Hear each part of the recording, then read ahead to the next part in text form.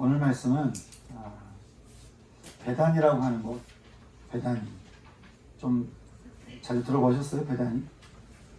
이 베단이라고 하는 지역에서 일어난 잔치집에서부터 우리 함께 오늘 말씀 함께 나누고 싶습니다.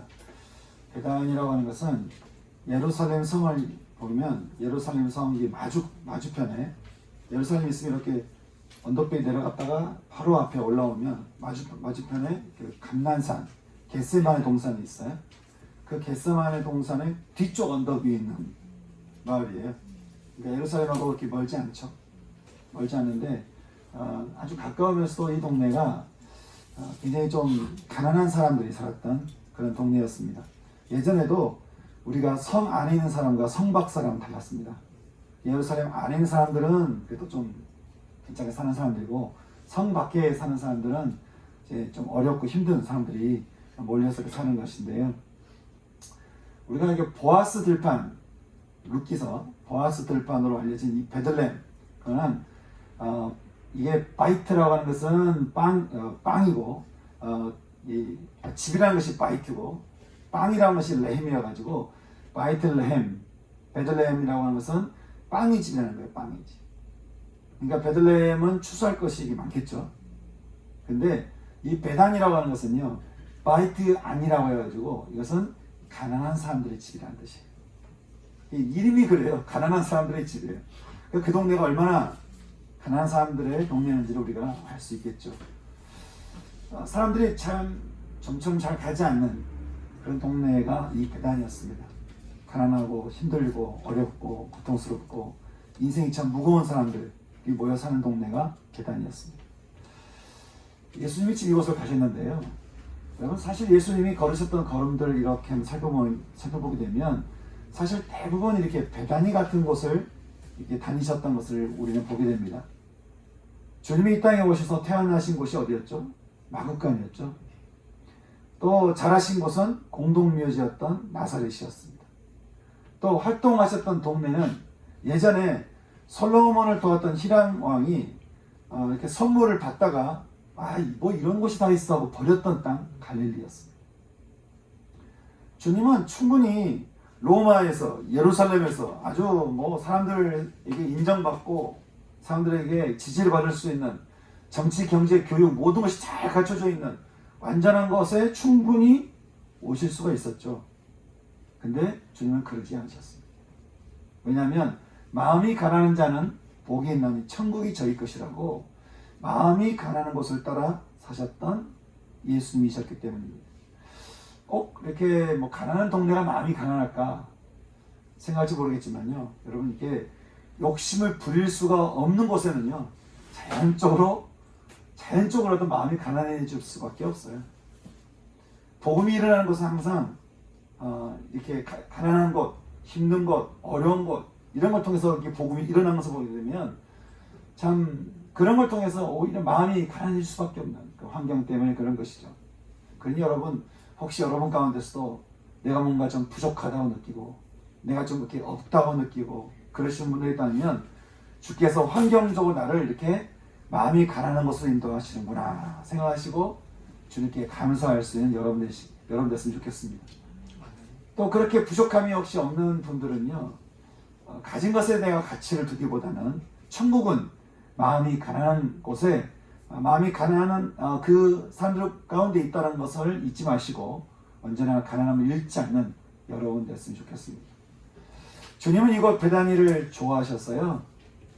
예루살렘에 갈 때면 늘 방문하셨던 곳이 베다니였습니다. 주님이 계신 빈들은 언제나 생명이 풍성한 법이죠. 이곳 베다니에서도 그랬습니다. 오늘 말씀을 보게 되면 이곳에서 이 세 가지 사건, 또 세 가지 사건과 세 사람의 이야기가 있는 것을 우리에게 또 보여주고 있는데 어떤 것이었을까요? 보니까 첫째는 우리에게 익숙한 이름이 등장합니다. 그 현장에 누가 있냐면 나사로죠. 나사로. 여러분, 주님이 나사로를 살리시기 전에 그 누이였던 마르다한테 이렇게 말씀하셨습니다. 나는 부활이요, 나는 생명이니 나를 믿는 자는 죽어도 살겠고 무릇 살아서 믿는 자는 영원히 죽지 아니하리니 이것을 네가 믿느냐. 여러분 믿으십니까? 아멘. 저는 이 부활의 주님이 저와 여러분의 삶에 언제나 함께 하셔서 살아도 믿음으로 영원한 생명을 얻고 죽어도 생명을 얻는 이 놀라운 은총을 누릴 수 있는 저와 여러분 되었으면 좋겠습니다. 주님은 나사로를 살리시는 사건을 통해서요, 이제 장차 주께서 어떻게 되실 것과, 주님이 이제 어떻게 되실 것과, 또 주를 믿는 자들의 결국은 어떻게 될 것인가를 나사로를 통해서 우리에게 보여주셨죠. 근데 오늘 말씀에서 일어난 잔치를 보니까 이게 나사로가 주인공이 아니에요. 보니까 여러분, 죽었다 살아난 사람의 이야기만큼 더 큰 게 없겠습니까? 근데 보니까 주인공이 나사로가 아니에요. 나사로가 손님으로 와 있는 거예요. 손님으로 와서 그곳에서 나사로가, 여러분, 손님으로 와서 앉아있는 그 나사로의 그 마음이 어떻겠습니까? 나를 살리신 예수님에 대한 감사한 마음, 감격의 마음이 있지 않겠어요? 참, 나사로를 보면 인생이 증거예요. 여러분, 우리가 예수를 믿으면 그러지 않겠습니까? 죽었던 우리가, 죽은 마음이, 죽었던 우리 옛사람, 우리 그 옛사람이 죽어서 우리를 새롭게 해주시는 그 주님을 만나게 되면 우리는 그 살아 인생 자체가 증거인 것처럼 우리 삶도 그럴 수 있는 것이죠. 전도는 무슨 억지로 하는 게 아니에요. 전도는 말빨로 하는 게 아닙니다. 삶으로 하는 거예요. 내가 죽었다가 살았기 때문에 당신도 살 수 있다는 거예요. 주님이 죽은 나를 살리셔서 새롭게 해주셨기 때문에 당신도 살아날 수 있다는 거예요. 이것이 전도인 것이죠. 저는 정말 여러분의 삶이 정말 온 세상을 향해서 정말 전도할 수 있는 전도인이 저는 저와 여러분 모두가 될 수 있기를 주님의 이름으로 축원합니다. 두 번째 사건이 있었어요. 우선 지금 나사로가 손님으로 간 이곳이 어떤 사람의 집이었는데, 이게 누구 집인가 봤더니 마태복음 26장에 이 집의 주인이 시몬이라고 나와 있습니다. 시몬의 집이었다. 근데 이 시몬이 그냥 시몬이 아니에요. 문둥병자 시몬입니다. 여러분, 문둥병은 전염성이 있어요. 또 게다가 이 심각한 피부병부터 시작을 해가지고 살결이 떨어져 나가기까지 하는 그런 병이니까 코가 떨어져 나가고 막 진물 나고 온몸에 진물이 항상 끊임없이 나는 그런 질병이니까 이게 보통 질병이 아니죠. 근데 여러분, 지금 사람들을 초대해 놓고 식사를 하고 있는 사람이 지금 누구라는 거예요? 시몬인 거죠. 그럼 시몬이 지금 병에 있는 거예요, 없는 거예요? 병에 있으면 사람들을 초대해서 함께 식사를 나눌 수가 없겠죠. 그러니까 지금 시몬은 성경 말씀에서 많은 사람들이 예수를 만나 병이 나았다라고 하는 그 많은 사람 속에 한 사람입니다. 그는 예수를 만나서 그는 그 속에는 그 마음에 있던, 그 몸에 있던 그 문둥병의 병을 치유받게 되었습니다. 그렇게 여러분, 12장 말씀을 이렇게 치유받은 이 시몬이 참 감사의 마음으로 잔치를 벌이고 있는 것을 우리가 보게 되는데요. 여러분, 우리나라에도 이 문둥병자 시몬의 집이 있는 걸 아세요? 우리나라에도요, 이 문둥병자 시몬의 집이 참 많았어요. 무슨 말이냐면, 한국만 얘기하자면 옛날에 윌슨이라는 선교사님이 예수님의 마음을 따라 길을 걸어가는데 이렇게 움막 같은 곳에 뭔가 조그만 동굴 밑에 숨어 들어있는 사람들을 본 거예요. 보니까 우리나라의 문둥병자 환자들이. 근데 예수님의 마음이 그들 향해서 너무 불일 듯이 실려는 거예요. 지나칠 수 없는 거예요. 그래서 이 선교사님이 그 환자들을 다 불러 모아다가요, 여수의 애양원이라는 곳에 불러 모아놓고 그들을 치유해 주기 시작했어요. 문둥병자들을 치유해 주는 곳이 있다는 말에 사방에서 몰려와서요, 사방에서 몰려와서 이곳에서 문을 두드리기 시작했다는 거예요. 하여간 이곳만 오면 몸도 치유되고, 또 거기에 계신 분들이 자신을 미워하고 멸시하고 하는 것이 아니고 자신을 사람답게 대해주니까, 하여간 저기만 들어가면 내 몸도 치유되고 내가 사람답게 살 수 있다는 그것 때문에 사람들이 이렇게 막 몰려 들어갔다.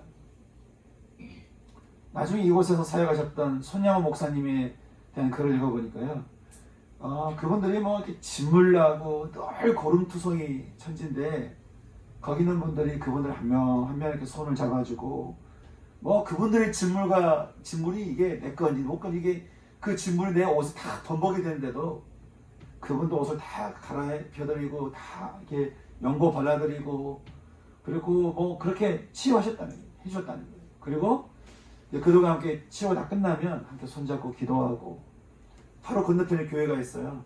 함께 교회 가서 예배드리고 또 기도하고 계속 그러셨다는 거예요. 그러니까 이곳만 들어가면 몸도 치유되고 사랑도 받고 돌봄도 받고 또 보호도 받으니까 이 문둥병자들에게서요 그곳에 들어가는 그 문이 이렇게 그들이 어떻게 불렀냐면 천국의 문이라고 불렀대요. 천국의 문. 그 대문의 이름이 그래요. 천국의 문. 누가 붙인 게 아니고 그분들이 그렇게 붙였다는 거예요. 그 마음이 얼마나 그랬겠어요. 자기만 들어가면 산다는 것이죠. 가장 그들에게 안전하고 보호받을 수 있는 문이었다. 그 집만 가면 산다. 여러분, 그 집만 가면 사는 거. 여러분, 그 집이 또 우리에게도 있죠. 바로 교회 되시는 우리 주님 아니겠습니까? 여러분을 부르시는 주님으로 인해서요, 여러분도 천국문을 열어서 영혼이 치유되고 마음이 회복되고 몸도 사랑받는 은혜를 여러분 누리고 계십니까? 우리가 묵상한 것도 그래요. 천국의 문을 여는 거예요. 우리가 말씀 앞에 우리가 개인 예배 드리는 것도 마찬가지예요. 우리가 하나님을 찬양하고 경배하고 이렇게 주일에 와서 예배 드리는 것도 마찬가지입니다. 천국의 문을 열고 들어오는 것이죠. 우리가 사는 것입니다. 우리가 사는 것. 저는 저와 여러분 모두가요, 이 땅에서 그리고 천국에서도요, 이 은총을 충만하게 누릴 수 있는 저와 여러분 될 수 있기를 소망하는 것입니다. 주님은 얼마나 이런 은혜를 우리에게 막 주시려고 하시는지 몰라요. 오늘 우리가 읽은 이사야서 말씀 보니까 하나님께서 그렇게 말씀하셨어요. 내가 바다 가운데서 길을 냈대. 그리고 큰 물 가운데서 지름길을 냈다라고 하는 거죠. 여러분, 이것은 비유가 아닙니다. 그것은 홍해 바다가 갈라졌던 실제 이야기인 것이죠. 그리고는 이스라엘을 두려움으로 몰아붙였던 그 모든 무리들과 병거와 말과 군대 용사들을 하나님 어떻게 하셨습니까? 일시에 엎드러지게 하고는 그곳에서 일어나지 못하겠다는 거예요. 그러니까 너희를 붙드는 세상의 모든 두려움들은 내가 소멸하고 꺼져가는 등불 같게 꺼버리셨다는 거예요. 너희를 붙들고 너희를 두렵게 하고 너희 안에 불안하게 하고 너의 삶을 붙잡으면서 하여간 너희의 과거를 붙들고 너희를 놓지 않고 있는 모든 것들에 대해서 하나님이 어떻게 하신다는 거예요? 그것들은 내가 소멸하고 꺼져가는 등불같이 꺼버리신다. 근데 여러분, 하나님께서 지금 이사야 선지자 때부터 이 지금 출애굽기 사건은 이사야 선지자 그 시대보다 2100년 전의 이야기였어요. 그 엄청난 오래된 이야기잖아요. 여러분, 2100년 전이면 예수님 오시기 이전의 이야기잖아요. 그 완전 옛날 이야기잖아요. 근데 하나님께서 그 완전히 옛날 그 기록된 말씀을 다 끄집어내신 이유가 뭐였을까요? 당시 이스라엘은요, 북이스라엘 멸망하고 또 북이스라엘 멸망시켰던 아주 강력하면서 난폭했던 제국 아수르의 공격을 남유다가 받고 있던 시대였습니다. 굉장히 어려운 시대였어요. 더구나 남유다는요, 북이스라엘이 그랬던 것처럼 하나님을 아는데 사는 건 자기 마음대로 살아요. 그러니까 자기 소견에 옳은 대로 살았다고 하는 것이 이 남유다에도 여전했다라고 하는 거죠. 아니, 그렇게 해서 북이스라엘이 망했는데 그 마음을 눈으로 보면서도 자기도 자기 소견에 옳은 대로 살아가려고 했다라고 하는 것이죠. 그러니 남유다 왕국도 서서히 무너지고 있다는 것을 그들은 몰랐습니다. 북이스라엘도요, 계속 말씀했거든요. 너희가 말씀 안에서 돌아와서 그 말씀 위에서 집을 지어야 된다고 계속 말씀했는데 그들이 듣지 않았거든요. 그래서 서서히 집이 무너져갔어요. 그러다 결국은 무너져버렸죠. 남유다도 그랬습니다. 자기 소견에 옳은 대로 인생의 집을 짓다가 그것이 서서히 무너지고 있는 것을 그들이 몰랐어요. 그래서 많은 선지자들이 하나님의 말씀을 가지고 이렇게 되어놨습니다. 포로로 끌려갈 것을 준비하라는 거예요. 너희들은 곧 망할 거라는 거죠. 이것도 지금 사실 몇백 년 전 이야기인데 지금 포로로 끌려가기 전까지는 그래도 아직 100년 정도의 시간이 남았는데도 불구하고 선지자들이 말하기를 너희들은 포로로 끌려갈 준비를 하라는 거예요. 망할 준비를 하는 것이죠. 모든 것을 이룰 준비를 하라는 거예요. 그런 날이 온다는 거예요. 여러분, 선지자들이 이 얘기를 계속해서 했는데 자기 식대로 자기 방식대로 또 나름 잘 살았던 이 사람들이 이 말을 들었을까요? 안 들었을까요? 안 들었으니까 포로로 끌려갔죠. 여러분, 지금 우리나라도 그렇고요, 세계도 그렇습니다.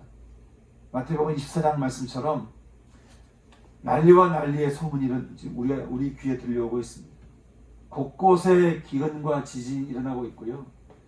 거짓 선지자들과 거짓 그리스도가 얼마나 많이 일어나는지 몰라요. 얼마나 많은 모양으로 우리를 미혹하고 또 진짜 예수님께 가지 못하도록 얼마나 우리 길을 막고 있는지 모릅니다.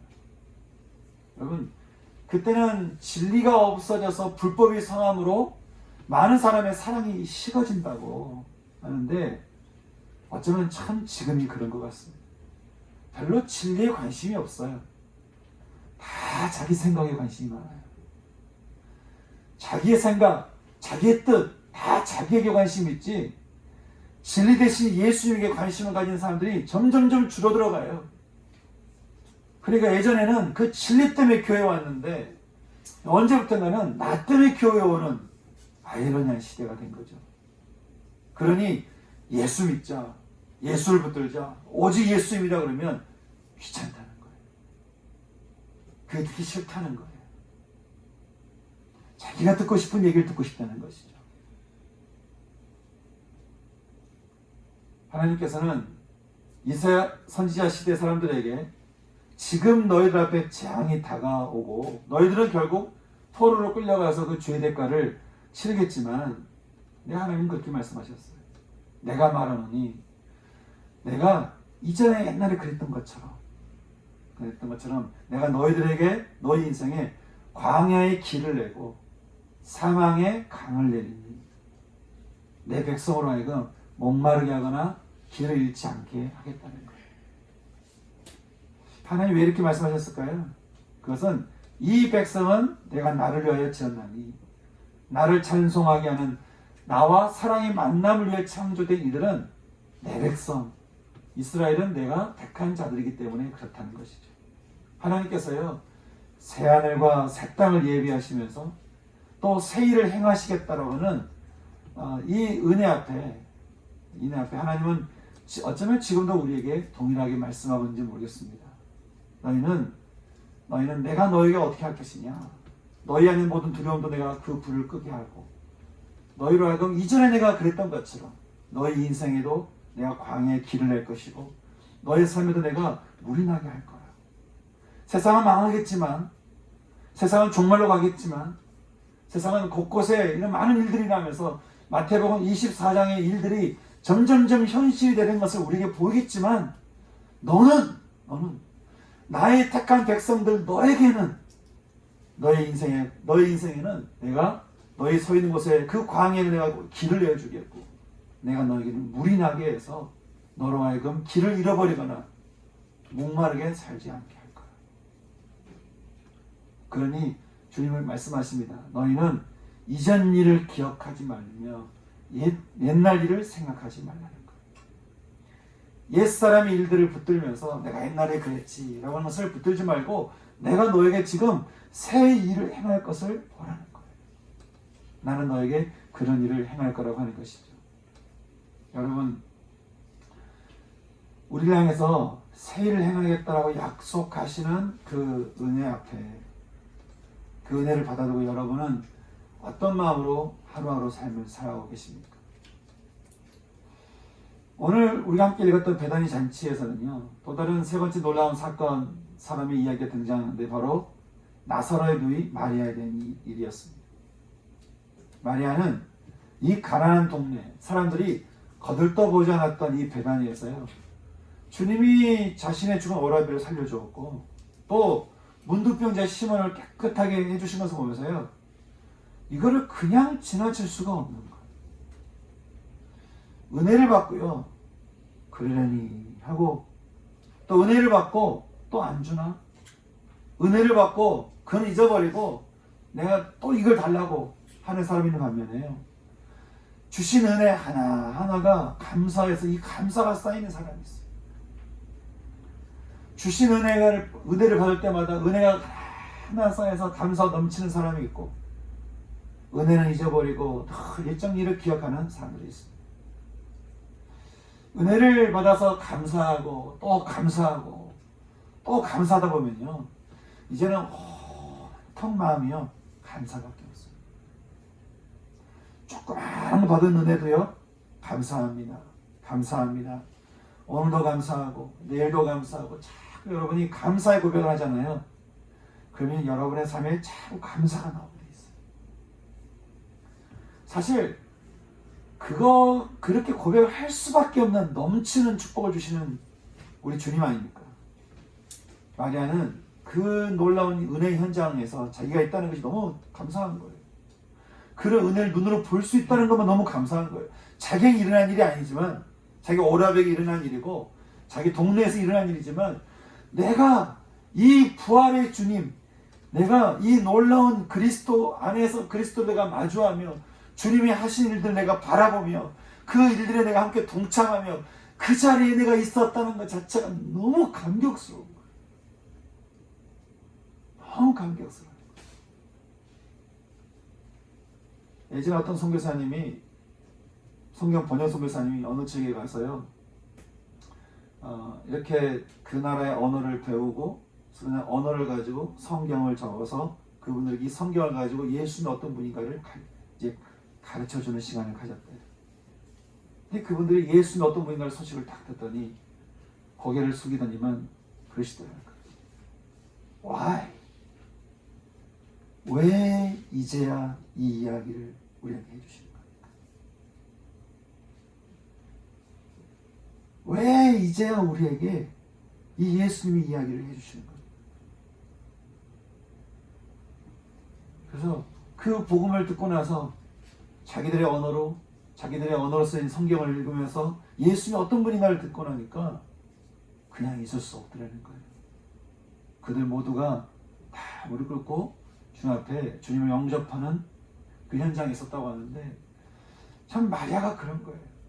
마리아가 자기가 예수님을 알았다는 것도 기가 막힌 일이고, 어떤 분은 성경을 읽으면서 내가 이 성경을 받아들고 이 말씀을 받았다는 것 자체가 너무 감격스러운 것이죠. 제가 어떤 영상을 보니까요, 북한에서 말씀을 전하시는 분들한테만 말씀을 듣다가 나도 저 성경책 좀 꼭 갖고 싶은 거예요. 이게 몇 권이 없어요, 이게. 근데 나도 저걸 갖고 싶은데, 그래서 걔들 한번 보여주면 이렇게 그때 막 보고 그랬는데, 한국에 있는 분들이 헌금을 해주셔가지고 그분들에게 맞게끔 성경책을 사가지고 다 나눠준 거예요. 근데 여러분, 그 영상에서 보면요, 성경책이 딱 도착하니까 그분들이 달려가서 성경책 하나를 붙들고 울어요. 성경책 하나를 붙들고 울면서요, 이 성경을 통해 내가 예수님을 만나게 됐다는 사실에 너무 감격스러워요. 마리아가 그랬어요. 마리아가 자기가 예수님과 함께 있다는 사실, 예수의 말씀을 들을 수 있다는 사실, 예수의 은혜로운 현장 가운데 있었다는 사실 자체가 너무 감격스러운 거죠. 그래서 집에 가가지고요, 당시 결혼식 때나 쓰기 위해서 준비해 놓던 순전한 나드 한 근, 향유가 담긴 옥합을 가지고 와서 주님 앞에 그 옥합을 깨트리고는 주님 발 앞에 붓기 시작했습니다. 이 모습을 보던 제자들이 깜짝 놀랐죠. 그 중에 겉은 거룩한 척하면서 사실은 그 속내는 도둑이었던 유다가 제일 발끈했습니다. 왜냐하면 이 순전한 나드 향유, 이 값어치를 따지면요, 우리는 지금식으로 말하면 1년치 연봉이에요. 정확한 금액은 모르겠지만 일반 노동자 1년치 연봉이라 생각하면 결코 적은 금액이 아니죠. 근데 이거를 마리아가 한순간에 단번에 예수님께 다 부어드렸다는 거예요. 다른 복음서를 보면요, 예수님의 머리에 부었대요. 이 머리에 부은 것이 아마 머리에 있던 향유가 흘러내려와서 발까지 흘러갔던 것 같습니다. 그러니까 이제 마리아가 어떻게 합니까? 당시 지중해 지역에서는요, 집에 오는 손님을 잘 대접해 드리는 것이, 예를 들자면 발을 씻길 물을 주거나 그 발을 닦는 것이었는데, 마리아는 자신이 가질 것일 수 있는 그 향유 옥합을 주님 앞에 깨뜨리고는 그걸 머리에서 부어서 이제는 발까지 흘러내리는 그 향유 옥합을 그 하나하나 그 모든 마음을 다해서요, 자기 머리를 풀어서 그 발을 닦아드렸다는 거예요. 옥합 한 건이 보통 우리 이렇게 샴푸 큰 통 하나 정도 된다고 해요. 그러니까 이 향수를 예수님 머리에서부터 발끝까지 이렇게 발까지 부었다고 하니까 말씀처럼 그 향유 냄새가 온 집안에 쫙 퍼졌겠죠. 여러분, 이렇게 주님 앞에 나중에 엎드려서요, 자기 머리를 풀어서, 요즘같이 머리를 푸는 게 어렵지 않은 시대가 아닙니다. 옛날에 머리를 풀었던 자체가, 그건 어떻게 보면은 뭐 복종 이상의, 순종 이상의 의미인 거죠. 근데 그 발에 흘러내리는 향유를 자신의 머리를 풀어서 그 발을 닦아드렸다고 하니까, 그렇게 닦아드리고 있는 그 마리아의 심정은 어떤 심정이겠습니까? 분명 그 안에는요, 감사와 또 감사와 또 감사와 또 감사였을 거예요. 그냥 예수를 향한 사랑 그 자체였을 거예요. 너무 예수님이 좋은 거예요. 예수를 향한 그 사랑에 벅차오른 거예요. 너무 감사하는 것이죠. 여러분, 우리는 전적으로 타락한 우리에게 완전하게 용서하시고 온전하게 사랑해 주시는 그 주님 앞에 우리는 어떤 마음으로 주님을 대하고 있을까요? 언젠가 길거리에서요, 돈을 주는 실험을 했대요. 사람들이 어떻게 반응하는지.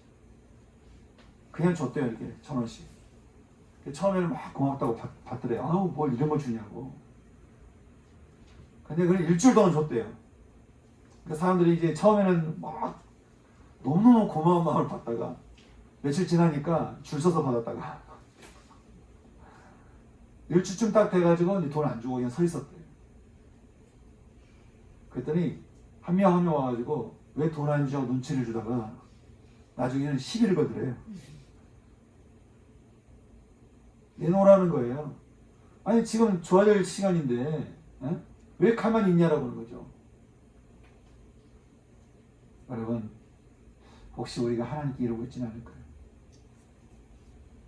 지금 이걸 줘야 될 시간이라고. 하나님, 뭐하고 계시냐고.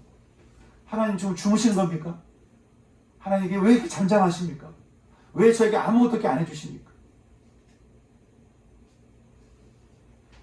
어떤 이는 자신에게 임한 구원의 은혜를 받아두고요, 어찌할 바를 몰라서 이 은혜를 주님께 어떻게 이거를 내가 감사로 드릴까? 그래서 그 감사함이 넘쳐가지고요, 이거 어떻게 할까?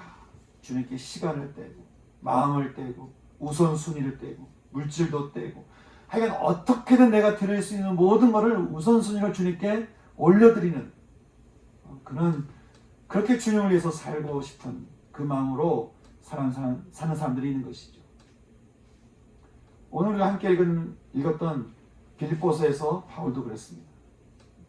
바울이요, 아주 정통 유대인이었어요. 8일 만에 할례받았고 베냐민 지파 사람이었고, 그러면서 율법을 지키는 데 흠이 없었고, 누구나 부러워했던 가말리엘 문화에 있었던 사람이었고, 그러니까 혈통이나 가문이나 열심이나 지식으로나 바울은 정통 중에 정통이요, 바리새인 중에 바리새인이었다. 사실 뭐 부족함이 없는 그런 사람이었지만요. 근데 바울이 이렇게 얘기합니다. 내가 예수를 만나고 나니 이 모든 것들이 다 방해물이라. 우리식으로 말하면요, 자랑할 수 있는 모든 것들이 이제 다 귀찮아졌다는 거예요. 내 안에 누구든 부러워했던, 누구나 부러워하고 누구나 그렇게 우러러갔던 혈통과 가문과 열심과 지식과 그 모든 것들이 예수를 만나고 나니까 다 귀찮아졌대요. 아니, 오히려 그런 것들이 배설물로 여기게 되고요, 그냥 음식물 쓰레기 같아 보였다는 거예요.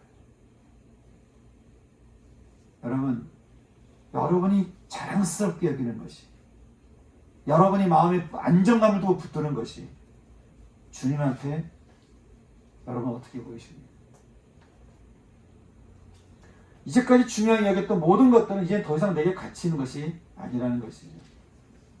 바울이 이렇게 말한 것은요, 자신이 예수를 만나 알게 된 이후에 주님에 대한 그 지식이 이 세상에서 가장 고상했기 때문이에요.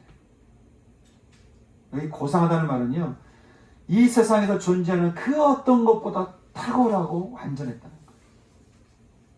내가 이제까지 만났던 그 어떤 지식과 그 어떤 사람들과 그 어떤 것보다도 예수 그리스도가 가장 탁월했다는 거예요. 그리고 바울은 말하기를 그 고상한 지식에 대해서 이는 하나님께로부터 난 의였다라고 이야기를 해주고 있습니다. 왜 의에 대해서 감격을 했냐면 바울은 교만으로 가득 찼어요. 사람들을 죽이고 또 사람 위에서 사람을 업신여기고 사람을 함부로 대하고 권력을 잡아서 그 권력의 맛을 보고 권력의 힘을 가지고 마음껏 이렇게 발휘했다. 본인이 생각하기에도 자신은 죄인 중에 괴수였다는 것이죠. 여러분, 죄는 사망을 말하고 있는데 자신은 그 사망의 무리에서 괴수였대요. 우두머리였대요. 두목이었대요. 그 말은 자신에게 용서받을 만한 사람이 아니었다는 거예요. 그런데 그런 자신을 십자가 예수님이 당신의 보배로운 보혈, 그 피로 자신을 깨끗하게 씻어주시고는 자신을 완전하게 용서해 주시고 자신을 온전하게 사랑해 주시는데 내가 이 놀라운 은혜를 내가 받게 되었다는 것이죠. 그러니 바울이 말합니다. 내가 이 은혜를 받고 그냥 살 수가 없었다는 거예요. 내가 이 은혜를 받아놓고 그냥 살아갈 수가 없었다는 거예요. 내가 이제 구원을 받았으니까 다 됐어. 난 다 이루었어. 내가 구원받아가지고 내가 이제 다 완성했어. 나는 예수 믿고 다 끝이야. 내가 나온 해피해. 라고 나는 말할 수 없더라는 거예요. 오히려 자신이 더 바라는 것이 있는데 10절 말씀을 세 번역 번역을 보게 되면요. 내가 바라는 것은 이미 구원을 받고 은혜를 받고 새롭게 되었고 이제는 내가 복음을 전한 사람까지 됐는데도 불구하고 늘 바울 속에 마음속에 내가 바라는 것이 있다면 그것은 나는 그리스도를 알고 싶다. 나는 그리스도를 알고 싶다. 그리고 나는 그분의 부활의 능력을 깨닫고 싶다. 나는 그분의 고난에 동참해서 나는 결국 주님이 십자가에 죽으신 것처럼 그분의 죽으심을 나도 본받고 싶다. 그래서 어떻게든지 간에요. 이 죽은 사람들 가운데서 살아나는 이 부활의 삶을 자기가 살고 싶다. 나는 죽는 순간까지 부활의 삶을 살고 싶다. 그래서 말하기를 형제자매 여러분, 나는요 아직 이 부활에 다 끝까지 이르렀다고 생각되지 않습니다. 신앙생활을 하다 보면 어떤 사람은 신앙생활 조금 하다 보면 조금 나아진 것 같으면 또 뒤로 가고 조금 나아진 것 같으면 또 딴 데가 있고 자꾸 그러는데 바울은 자기 그럴 수 없다는 거예요. 이 정도의 내 신앙에 내가 만족할 수 없다는 거예요. 왜냐하면 하나님이 내게 주신 그 놀랍게 부어주신 그 은혜를 내가 갚으려면 내가 대충 살 수 없더라는 것이죠. 형제자매 여러분, 나는 아직 이 부활에 이르렀다고 생각되지 않습니다. 이전에 나의 모든 것을 다 잊어버리고 새 일을 행하시는 우리 부활의 주님을 향해서 하나님이 나를 부르시는 그 부름의 상을 얻기 위해서 나는 달려가겠다고 얘기하는 것이죠. 이 바울의 삶을 옆에 지켜봤던 누가가 사도행전 28장에서 그렇게 이야기합니다. 바울은 자기에게 오는 사람들을 다 영접하고 그들에게 하나님의 나라를 전파했습니다. 또 그들에게 예수 그리스도와 예수님에 관한 모든 것을 담대하게 거침없이 가르쳤다. 그게 누가가 평생 그 오랜 시간 동안 바울과 함께 살면서 바울의 인생을 정리했던 사도행전의 마지막 기록이었습니다. 내가 받은 은혜를 그저 있을 수 없다라고 했던 이 바울의 삶이었는데요. 여러분, 오늘 우리가 이 베다니아에서 만났던 또 빌립보서를 통해서 만났던 이 사람들을 보게 되면 사실 죽은 나사로의 그 삶이 사실 이게 우리 이야기 아니겠습니까? 사실 병이 들어서 치유되지 못하는 그 문둥병자의 시몬이 사실 우리가 아니겠냐라고 하는 것이죠. 또 자기가 잘난 줄 알고 자기가 최고인 줄 알았던 그 바울 같은 모습이 우리에게도 있잖아요. 그들이 하나같이 예수님을 만나게 되니까 어떻게 됐습니까? 그들 가운데 찾아오신 예수님의 그 의로 인해서 그들이 치유되고 살아나고 용서받고 새 사람이 되면서 하나님 주시는 은혜를 누리게 됐는데, 그 은혜를 누리면서 그냥 있을 수가 없어서 마치 마리아 같이 자기 인생에 가장 소중히 여기던 그 향유병을 깨트리면서 그들의 삶을 살았다고 하는 것이죠. 저는 이 마리아가 우리에게 보여준 이 모습, 그리고 바울이 얘기했던 이 고백을 들으면서 그런 마음이 드는 거예요. 참 우리도 그들처럼 은혜를 받았는데, 우리도 그들처럼 구원을 받았고, 우리도 그들처럼 살아나게 됐는데, 우리도 그들처럼 치유되었고, 우리도 그들처럼 성경을 통해 수없이 하나님이 구원하시는 은혜를 주신 현장을 우리도 역시 마주하고 있는데, 우리는 어떻게 살고 있을까? 사랑하는 여러분, 우리도 그들처럼 우리에게 있는 향유옥합, 내 안에 있는 내 열정, 내 마음, 내 시간, 내 우선순위, 나의 물질, 내가 드릴 수 있는 모든 것을, 가장 귀한 것을 주 앞에 깨뜨려서 주에게 모든 걸 올려드릴 수 있는, 여러분, 그런 삶을 우리가 살아야 되지 않겠냐라고 하는 것이에요. 이 말씀이 여러분에게 감동이 되고 또 이 말씀이 여러분에게 아멘이 된다고 한다면, 오늘 이 시간에요, 이 말씀과 함께 바울과 같은 심정으로 기도하며 우리도 그들처럼, 저도 그들처럼 주께 감사하며 평생을 하나님이 부르신 이 부름을 따라 제가 인생을 살겠습니다. 그렇게 고백할 수 있는 저와 여러분 됐으면 좋겠습니다. 아멘.